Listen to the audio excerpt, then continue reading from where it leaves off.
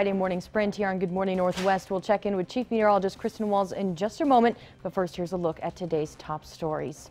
A silver alert this morning. Washington State Patrol troopers are asking the public to be on the lookout for a missing Yakima man. 86-year-old Bernard Schreiber is said to have dementia and went missing from his Yakima home just last night. They say Schreiber, who is a white man about 5'11" and 190 pounds, could be driving in a black Chevrolet Silverado with license plate number C39635M. He was last seen wearing a gray hat, a red shirt, and blue jeans. Schreiber is possibly en route to Caldwell, Idaho. He has previously attempted to drive there, although his current whereabouts are unknown. And Kennewick firefighters made quick work of a fire behind Safeway this morning. Black smoke could be seen coming from this trash compactor behind the store early today. Employees reported it at about 3:30 a.m. Firefighters tell us they don't know the exact cause of the fire yet, but they had it out within about 30 minutes and no one was injured. 16 people were arrested in Grant County in just one day during a drug investigation. Warrants led agents to 2 houses, ounces of heroin, and a shootout with a wanted man. The incidents happened at 2 houses in Moses Lake. At the first, Jonah Ziegler was arrested by the narcotics team with over 15 ounces of heroin. Then the team went to the second house where her brother Patrick Pearson was. While attempting to arrest him, he shot at agents, injuring 2 of them, and he shot and injured himself. A man has confessed to murdering a White Swan woman because he says she didn't give him work. Gail Teal's husband came home yesterday to find her body wrapped in plastic, secured in duct tape, and then wrapped in a carpet. Police found 26-year-old Michael Davis, and they say he admitted to using shears he found on the porch of the victim's home to break through her bathroom window. He says he tied her to a chair and stabbed her, then shot her in the back with a rifle he found inside the home. He was booked into the Yakima County Jail yesterday.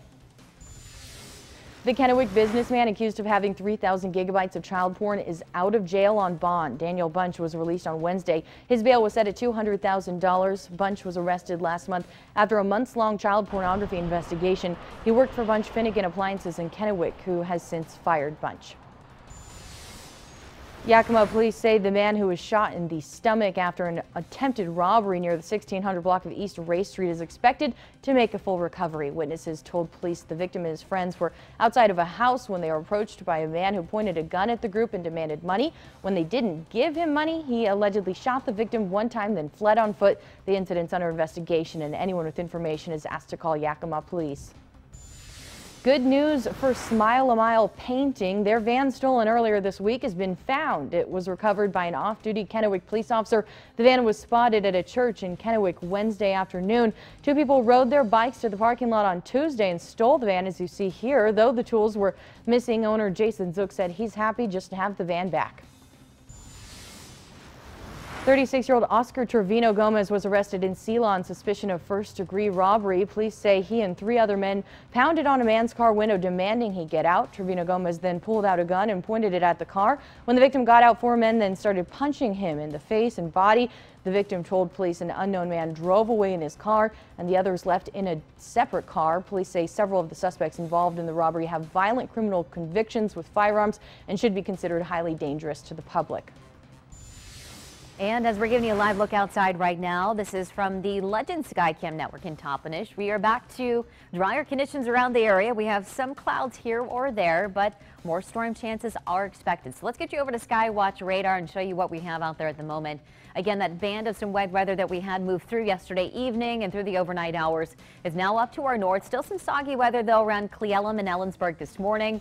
Mattawa, Othello, and even down towards Dayton, some scattered rain showers. But most locations starting off mainly dry this morning. But as we take you throughout the day today, I do think we will have some sunshine out and about. Our highest chances for the storms to return will be later on this evening after about 8 or 9 o'clock for tonight. You can see that line developing further to our south, pushing up to our north as we head throughout the overnight hours. Another dry start early Saturday morning, but then with the heating of the day, we will start to get more of this activity popping up. Some heavy downpours, maybe some thunder and lightning by Saturday afternoon. And the wet weather is expected to continue through early Sunday morning before we start to dry